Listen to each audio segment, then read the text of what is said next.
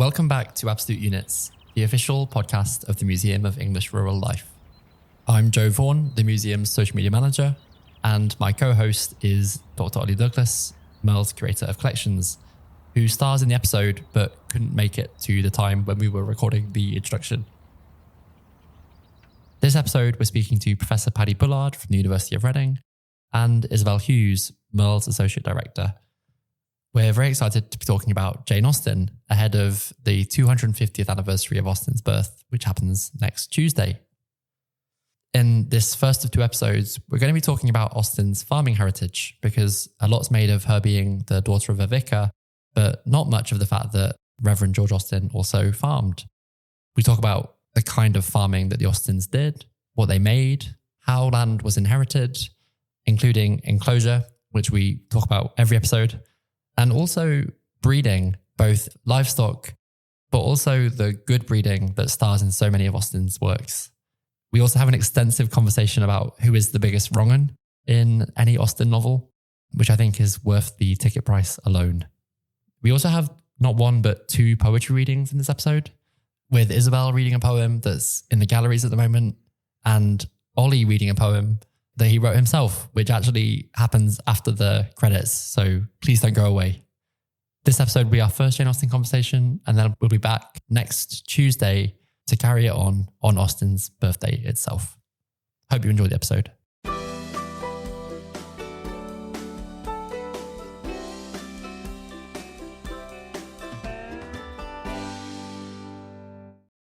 Welcome, Paddy Bullard and Isabel Hughes, to Absolute Units. It's brilliant to have you with us. Hello, great to be here. Hello. We're here to talk about Jane Austen. It's 250 years since the date of her birth this year. We need to sort of situate this in the Museum of English Rural Life. So I wonder, Isabel, whether you could kick off by telling us a little bit about Austen's farming background and farming connections, why and how it's important to be thinking about her in a collection of English rural life. As you know, we offer trails to go around the museum with. And given that we had this anniversary, I thought, why not join in with the Austenalia? It's not a daft thing to do because she is a countryside writer. She wasn't perhaps consciously thinking I'm only writing about the countryside, but her books are very definitely about life in the countryside.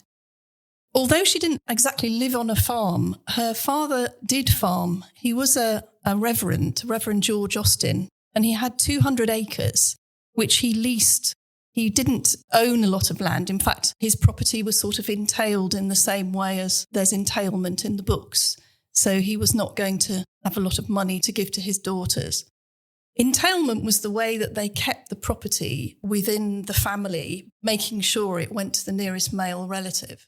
That meant that if you were someone like Jane Austen or indeed her sister Cassandra, you had no way to get at the money. The will would not have anything for you.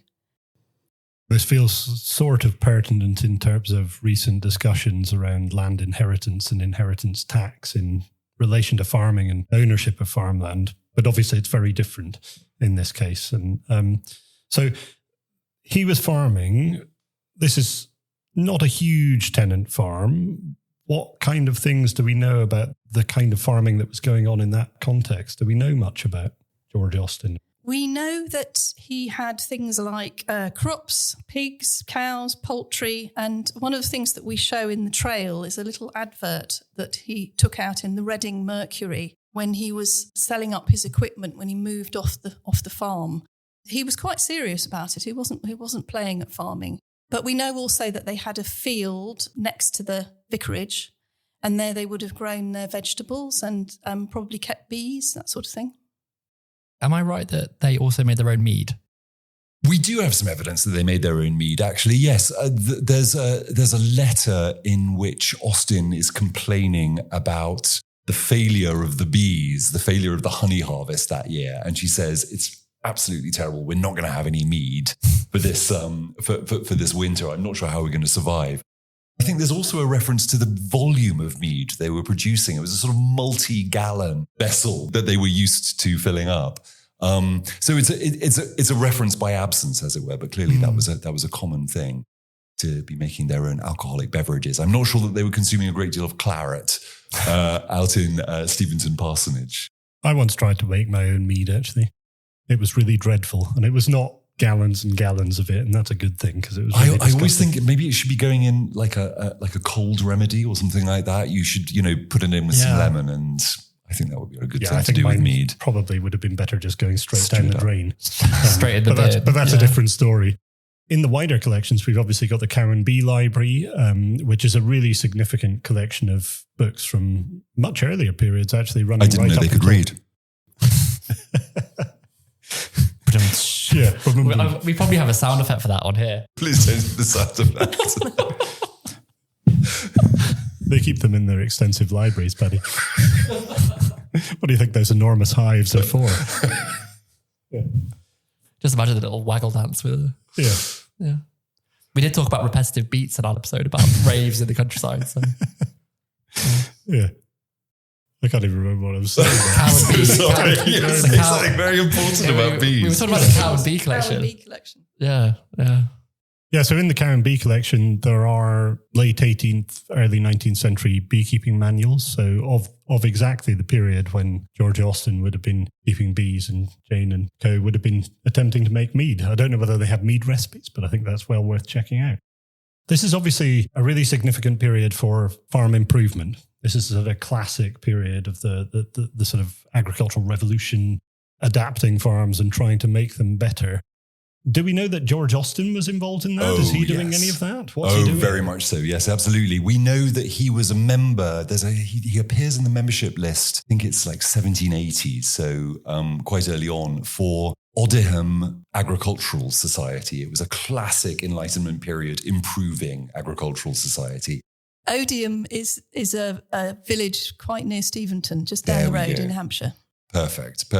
The minute books of the society survive, which is how we know that George Austen belonged to it. And it's become famous subsequently because extraordinarily, the foundation of the Royal Veterinary College was an initiative pioneered by this tiny agricultural society from the middle of Hampshire. And there's a blue plaque outside the Royal Veterinary College that I was looking at on the internet before we were here. So he's very much part of that Joseph Banks sponsored, Arthur Young, the whole Enlightenment project, late 18th century project for moving agricultural production onto a more scientific basis. George Austen is very much participating in that. And it's something that Jane is very conscious of indeed. And we have characters in her novels who participate in that culture as well in very, very interesting ways.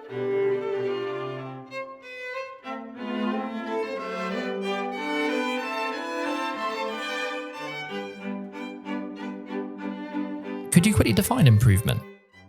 Improvement is a very interesting term in Austen's period and in her writings. Austen herself uses it to refer to families.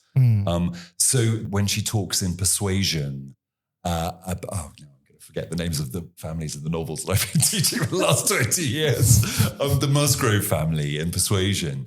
She says something along the lines that they are a family that is possibly improving. And that means both that they're becoming more wealthy, that they're riding a wave of economical improvement. And it also means cultural improvement, that there's a young generation coming on who are not living the old country ways, but who are adopting sort of modern, semi-suburban ways of living in their houses, basically. Beyond that, there are other senses of improvement.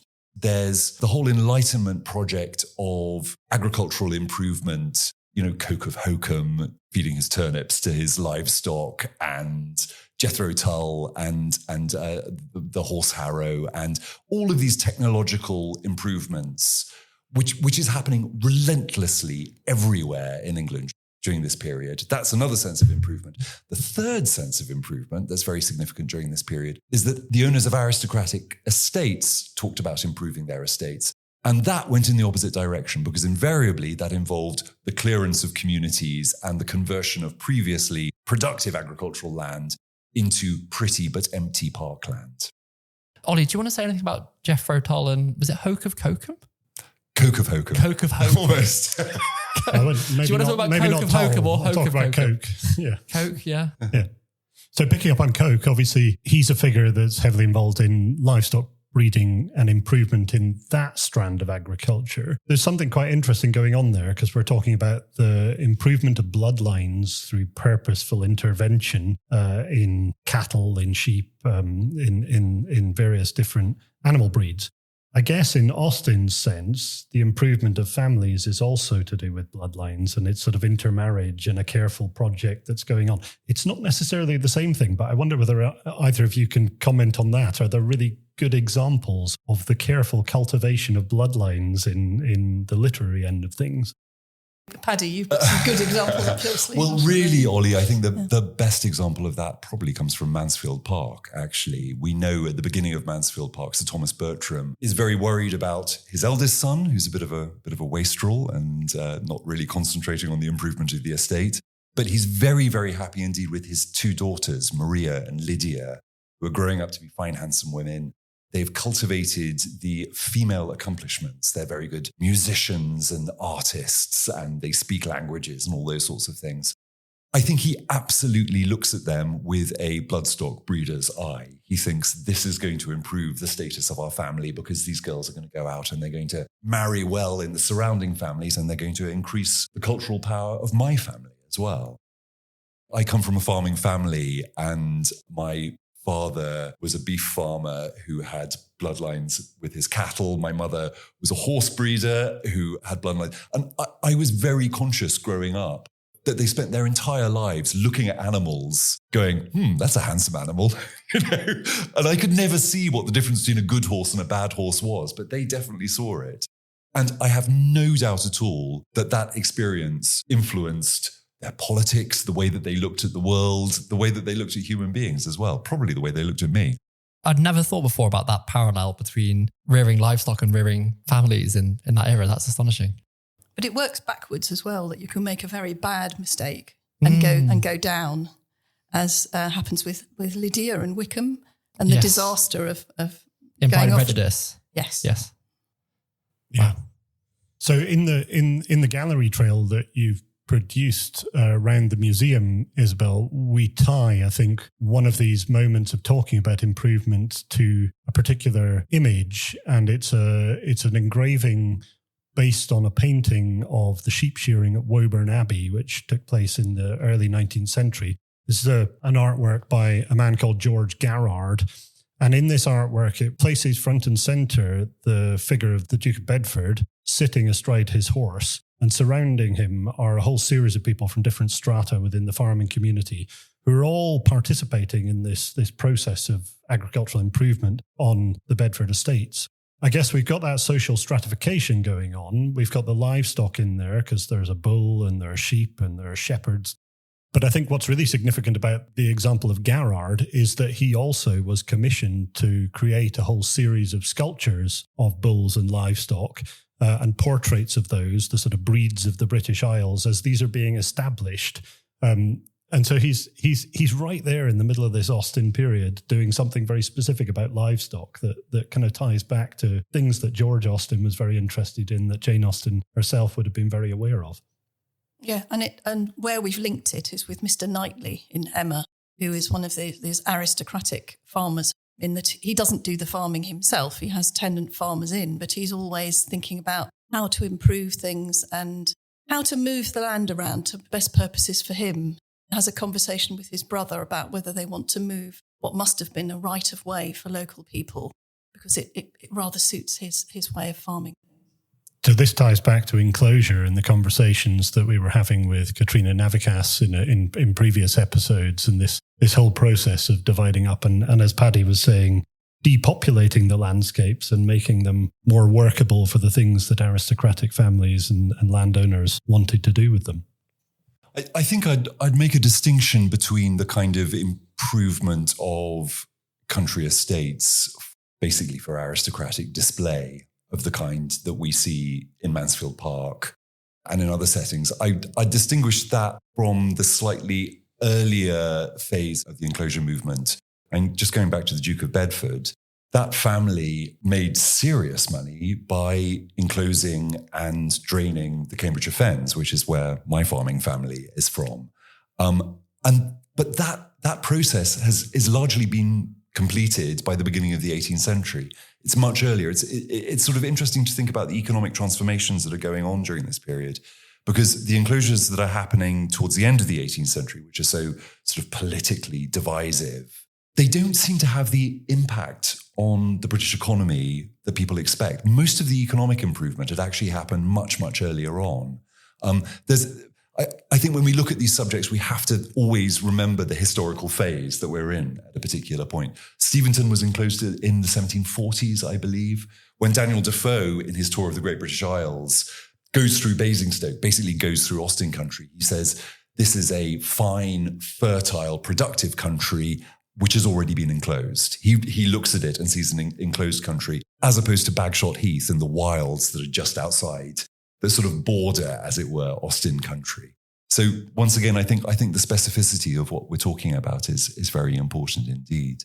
I read somewhere that there are later enclosures that happened during Austen's lifetime in, if I remember rightly, the village of Dean, and you can trace Austen going to balls at the big house in certain villages where we know there had recently been enclosures which displaced certain classes of working people from lands that they would have been farming and benefiting from immemorially.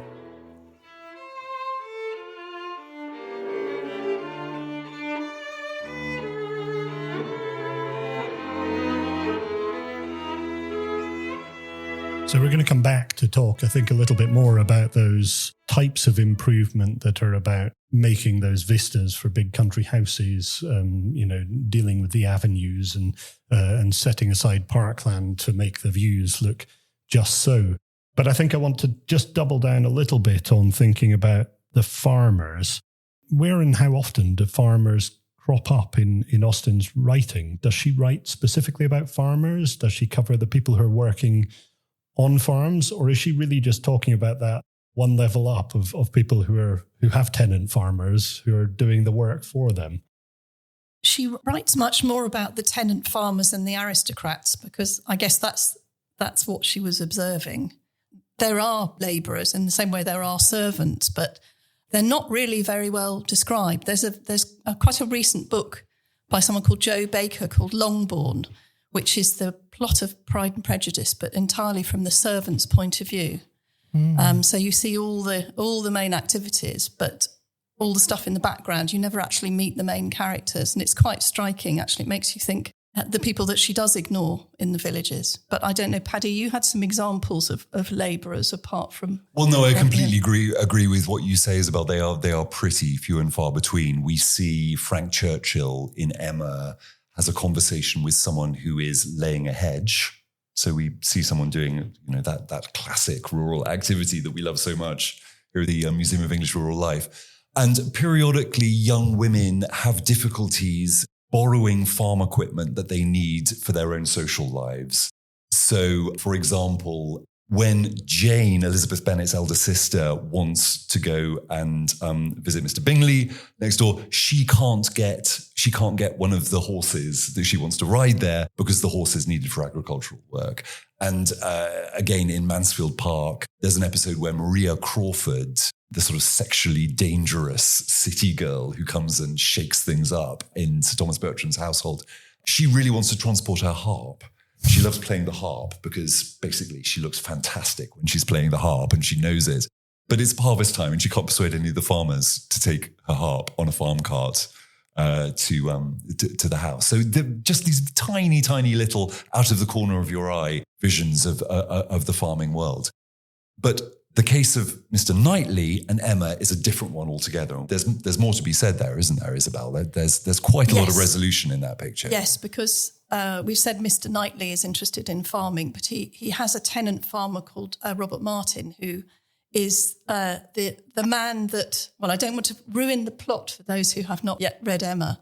Yeah, stop listening now for a few seconds. This rather charming tenant farmer is wooing one of the characters, and Emma considers him to be not good enough stock, not the right person for her friend to marry. And that's part of the tension that goes on in the novel. So you have two sorts of farmer. You have the tenant farmer and then the aristocratic one as well. And to George Knightley's, Mr. Knightley's credit, he's absolutely appalled by Emma's total lack of judgment on this particular respect. Robert Martin he describes him as a gentleman farmer.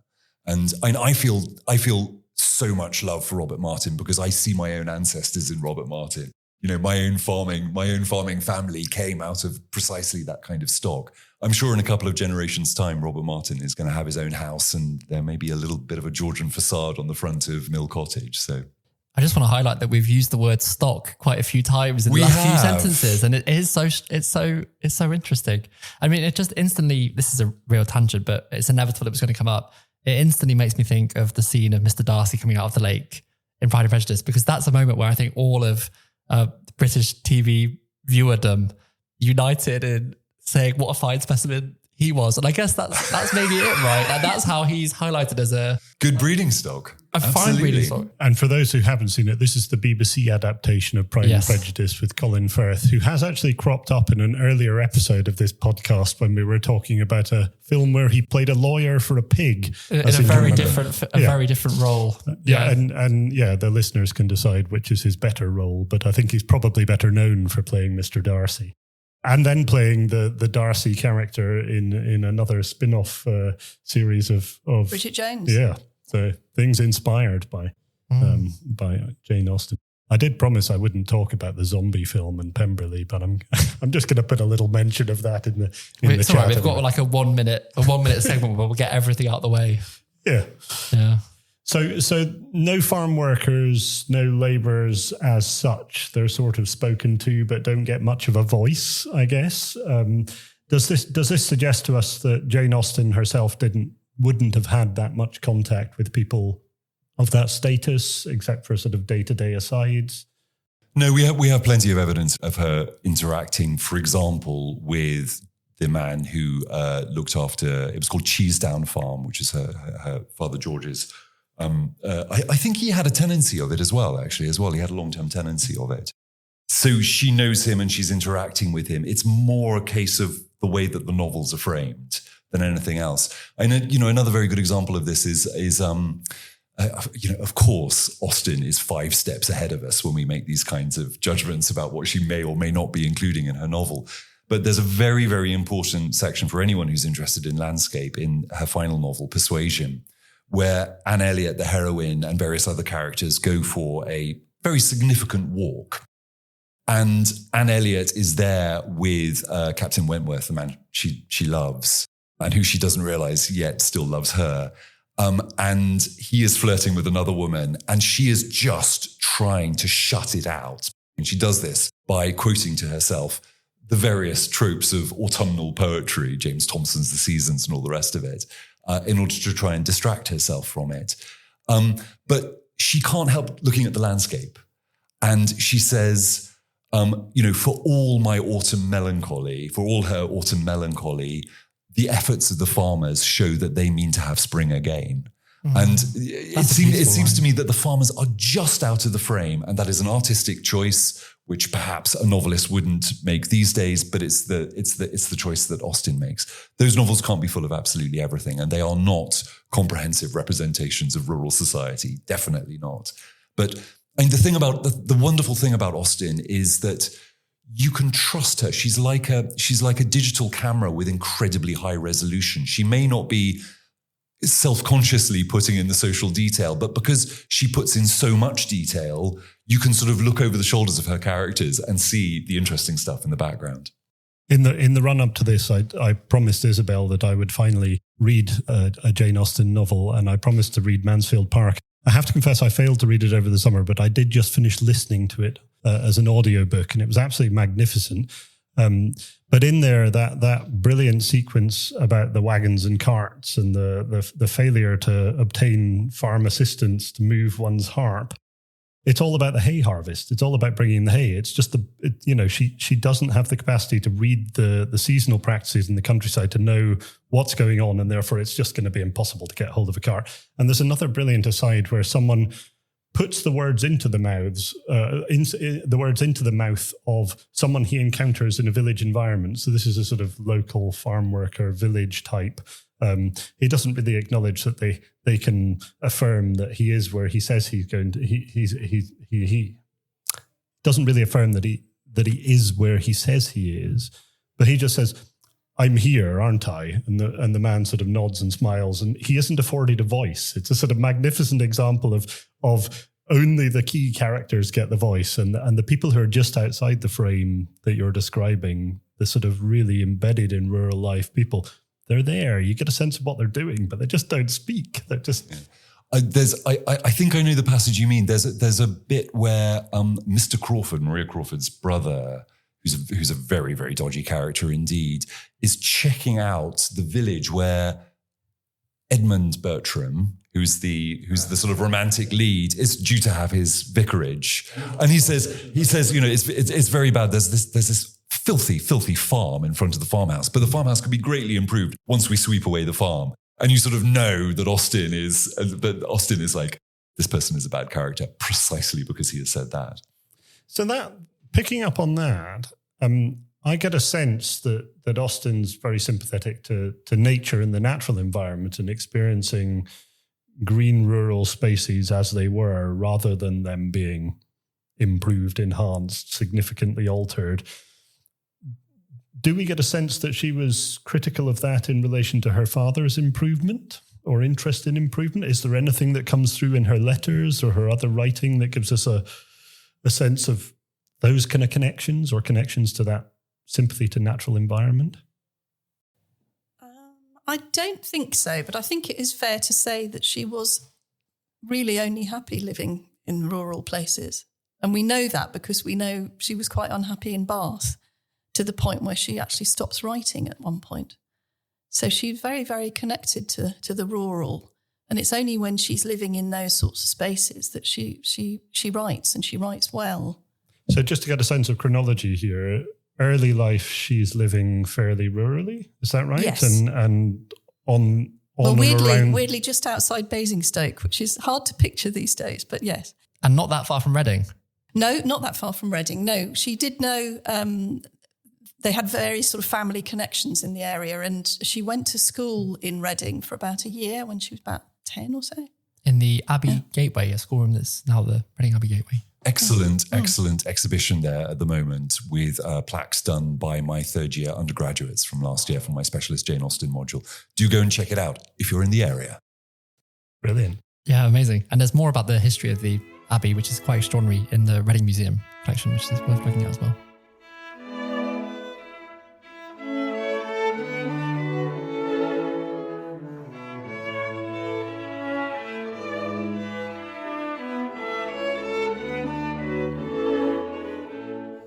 So just going back a minute to what Paddy mentioned about Anne Elliot.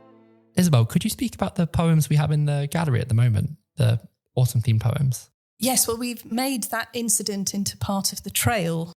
So alongside that quotation, we've put out 10 examples of poems about autumn. And the suggestion is, if you're brave enough, you can read it out loud in the galleries. If you want to go out and commune with our garden in some way, you can take them outside and read them there. We encourage that. We do. Yeah.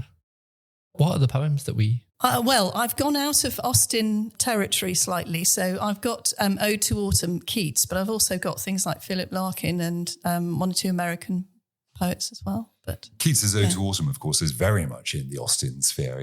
He wrote it in Winchester, which is an Austen location, and I think he wrote it in 1816 as well. So Austen's around. Here's one of the poems that's in the galleries at the moment. First Fall by Maggie Smith.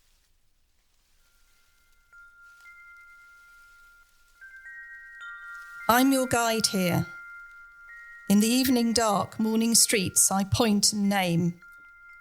Look, the sycamores, their mottled paint-by-number bark. Look, the leaves, rusting and crisping at the edges. I walk through Schiller Park with you on my chest. Stars smoulder well into the daylight. Look, the pond, the ducks, the dogs paddling with their prized sticks. Fall is when the only things you know, because I've named them, begin to end. Soon I'll have another season to offer you. Frost soft on the window, in a porthole side there. Ice sleeving the bare grey branches. The first time you see something die, you won't know it might come back. I'm desperate for you to love the world, because I brought you here.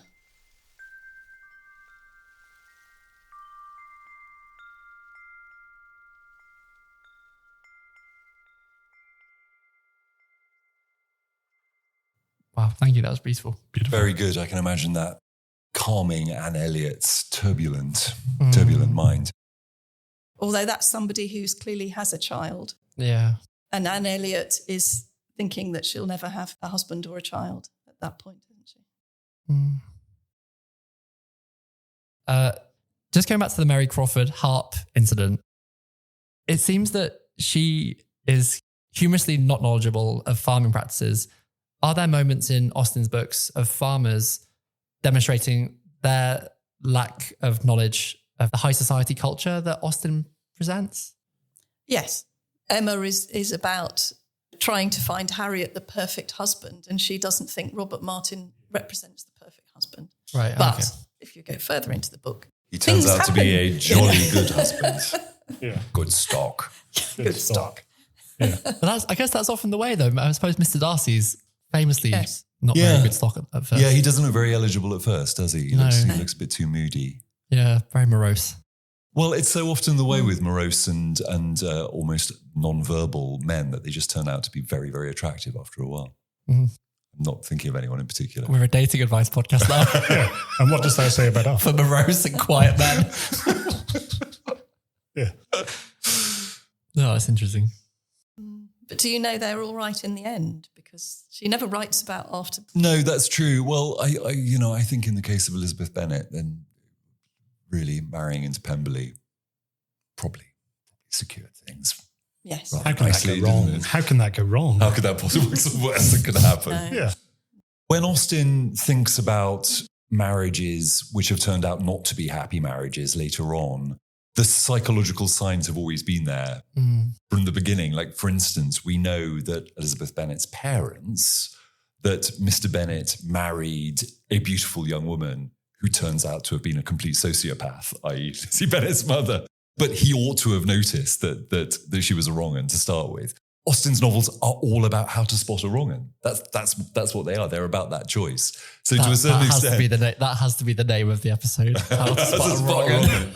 It's so true. I'm It thinking is of true, other yeah. examples of that. You know, that, like, is there a possibility that Lizzie Bennet might have been the wrong choice for Darcy? No, absolutely not. Because when we see what a wrong choice looks like, it's quite clear from their character that they've always been like that. I suppose as well, there are some wrong-uns in Austen's books that are so obvious straight away. So I'm thinking of, it's not Mr. Casaubon. Casaubon's...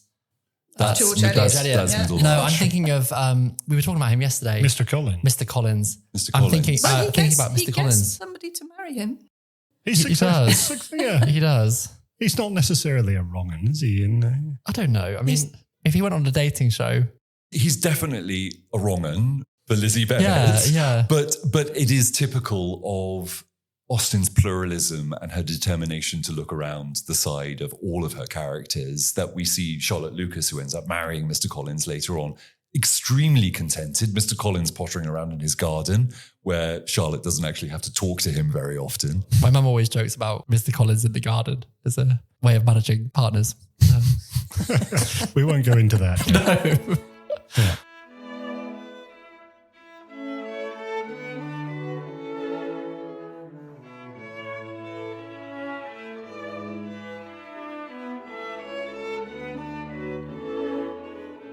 So coming to Pemberley, I'm struck by these big estates, these big, wealthy, in some cases sort of aristocratic landed estates. In Mansfield Park, having just listened to that on as an audiobook, there are obviously hints of where that wealth is coming from in relation to context of enslavement overseas. Is that where all of the money is coming from? Or do we get a sense of where the other wealth is? Are there different sources of wealth? And this is a sort of busy, complex period in terms of mercantile growth and industrial revolution changes, The business of entailment enables people to hang on to the money. So, and I guess if you're fantastically rich, carrying on having the money is going to be a good thing for you. So if you're new money or your old money, I guess it's important to keep that in the family line. Yes, restricting where the money goes. Yeah. And are there examples of new money and old money in the books? And what are those examples? What are the estates? Who owns them? Well, the classic example of the new one is Mr. Bingley in Pride and Prejudice, whose is he? family. He's renting, isn't he? He's not owning. He's not owning, but he wants to own. He wants to buy. But his family comes from northern industrial stock, basically. We're not exactly sure what the source of wealth is, if I remember rightly, but I imagine a mill, maybe, or a coal mine, or something like that. So he's the great example. The thing that I always tell my undergraduates is that every single different country house that Austen presents us has a different economic history. And in every case, Austen is relentlessly detailed and open-minded and laser focused on the details of where the money is coming from. And Mansfield Park is a very interesting case in point. I don't think there's any doubt that Sir Thomas Bertram that there's enough money coming in from the farms around Mansfield Park to keep them in a rather good state. Sir Thomas Bertram is going to Antigua and running his sugar plantation there because he has some very expensive children. And he wants his children to be brought up in luxury in a certain way. The colonial money, the money that's coming from slave plantations, it's sort of being frittered. It's being spent on the expensive stuff. It's making a solidly wealthy man a very, very rich man. And Austen is always conscious of this possibility. Another example is General Tilney in Northanger Abbey. When we go to Northanger Abbey, it's very funny because it's a sort of Gothic estate. And the heroine of Northanger Abbey wants it to be a scary, tumble-down place. But in actual fact, General Tilney has modernized it to the nth degree. He's got the latest ovens. He apologizes at one point because the dinner service they're eating off is like a 2-year-old line from Wedgwood. He hasn't got the latest Wedgwood service. And Catherine Morland, the heroine, is very funny about this because she's from a country rectory and she just sort of doesn't care. She's not impressed. Whereas General Tilney is assuming that she is going to, because General Tilney thinks that she's wealthy, he assumes that she is going to add her wealth to this already conspicuous display of wealth. That's why he wants her in the house. And of course, as soon as he discovers that she's not wealthy, he ejects her. And that's part of the novel. But once again, all of these, there are several fathers who are making extremely complicated calculations, and in the case of Sir Thomas Bertram, taking enormous risks in order to be rich. But that's different from the people who are just making enough money. Third example, which is very interesting in this case, is what's happening with Emma and with Mr. Knightley and with Donwell Abbey. Because what we see at the end of Emma is the marriage of George Knightley's unimproved, old, very beautiful, big estate with the money that Emma Woodhouse's family, comes from Emma Woodhouse's family, which appears to be liquid money that's in the stocks. Emma Woodhouse and her family don't own land. That's the strange thing about them. They're very rich, but they don't own land. So when Emma and George Knightley get together, it means children, it means livestock of various kinds, but it also means that George Knightley will have a source of capital to improve his estate in different ways. And none of that is stated explicitly, but you can absolutely guarantee that that's in the back of Austen's mind when she's talking about these things, as it is most certainly in the back of George Knightley's mind. So this is like a marriage of the origins of hedge funds with the people who are interested in hedges. It's the bringing together of those different worlds, the urban and the rural. Hedges and hedge funds sounds like an Austen novel, actually. It really does. Yeah. Hedges. I have a line on Austen hedges. Oh yeah. Can I talk hedges? Of course. Very of course, briefly. Yeah. There are some really significant hedges in Austen. They seem to have a special significance for her. I'm always the walk that I was talking about before in Persuasion that Anne Elliot goes on, there's incredibly detailed discussion of the hedge in that world, because Anne Elliot overhears Wentworth and the Musgrove daughter who he's flirting with in one of those Hampshire hedgerows with a path down the middle of it. You know what I mean?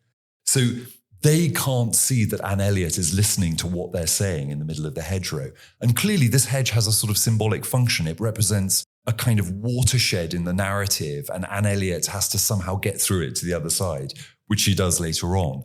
But in the meantime, of course, we've got that high resolution Austen vision, and you can see the hedgerow. And for instance, you can see that there is holly in the hedgerow, and there are certain nut bushes in the hedgerow, which of course, you know, any of us who've read Oliver Rackham know about dating hedgerows by the kinds of plants which are occurring in them. This isn't an enclosure period hedge. This is a much older hedge. And Austen lets us see the sort of landscape that we're in through those little details. It's very, very interesting indeed. I could go on about hedges in Austen, but that's probably enough. Well, I guess the other thing with hedgerows is that the way that they're designed to portion up landscapes as well. And I suppose that's a massive part of Austen's novels, and the social landscapes is the kind of estates and the borders between them. I'm also reminded of the recent TV show Rivals. Did anybody see that? Yes. Yeah. I feel like there were lots of big, beautiful gardens in there with hedges that were really tall and hiding what these very wealthy people were doing. And I can see that's the same function of hedge as kind of divider and barrier and social shield, I suppose. I think it ties quite neatly into some of the contemporary debate about land ownership again, and the, you know, hyper wealthy people buying up estates in England. You know, some of the wealthiest people in the world coming and investing in parts of the Cotswolds and buying up country estates and you know, not necessarily now blocking out access to locals, because that happened often centuries ago. But you know, there are these examples now. Hedges are tensions, aren't they? They're both nature recovery for us now, but they're also legacies of the breaking up and division of society. So absolutely. Shout out to our colleague Jeremy Burkhardt, who is a great landscape historian who is in the history department here at the University of Reading, who is writing a book about hedges as we speak. Hedges and fences. He's coming to do a gallery tour, actually. I think he's on our list of people to speak to about the podcast as well. Oh, he'd be brilliant. Yeah. I've got a poem about hedges that I wrote, actually, which pays reference to Oliver Rackham. Really? Yeah. Oh, well, if you fancy recording a poem. I'm happy to do that. Oh, anyway. nice. So I think that more or less does it for this episode. That's been a fascinating conversation. Thank you both for amazing insight into books that I will now go away and read all of. Rash promises, but I will go and read them all because, you know, Paddy, Isabel, your passion for these books comes through in vast swathes.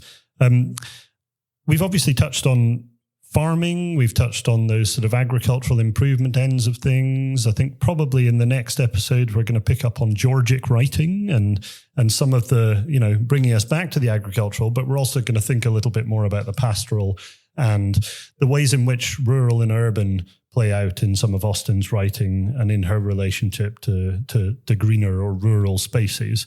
So please join us for the next episode, and thank you very much. Thank you so much for being with us, Paddy and Isabel. Thank you. Thank you. Thank you very much for listening to Absolute Units. I've been Joe Vaughan. And I've been Ollie Douglas.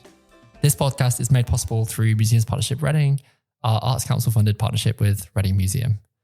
Ollie, do you want to read your poem? Yeah, why not?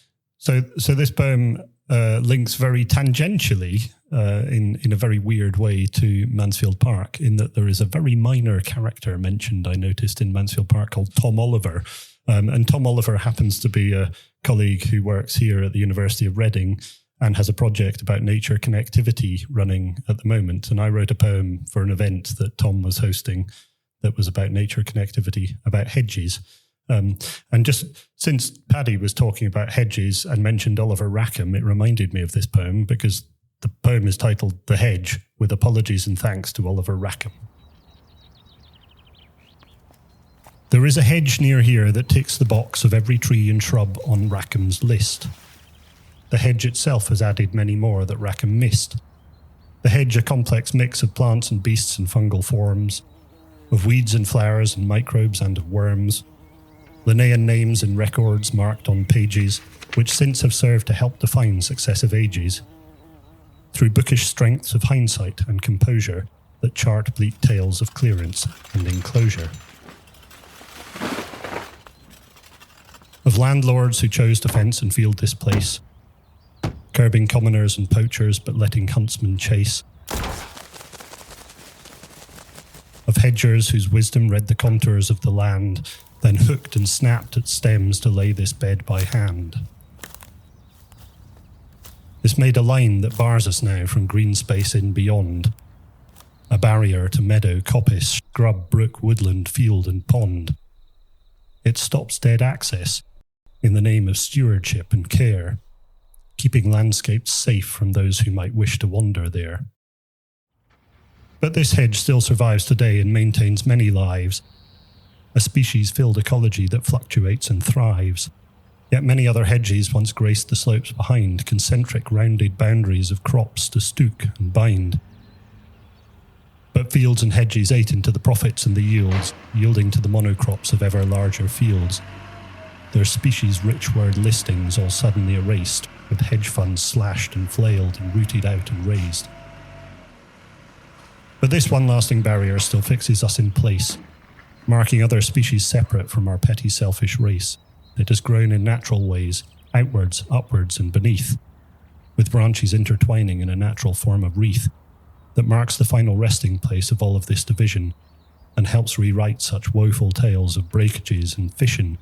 For this seam is now a path and home for animals and birds, a comma, not a full stop, and a counterpoint to words, a barrier that we clamber through to ask the right to roam in a world that grows for everyone, a multi-species home. Indeed, what might this hedge say if it could share its voice? Would it leave us quietly as we are, or lay for us a choice?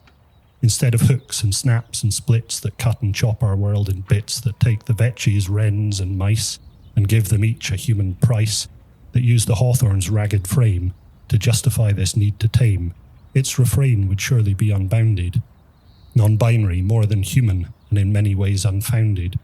For nature has a great deal more to say than we have found or might yet find, and much more than the seeds of which were grown in Rackham's mind.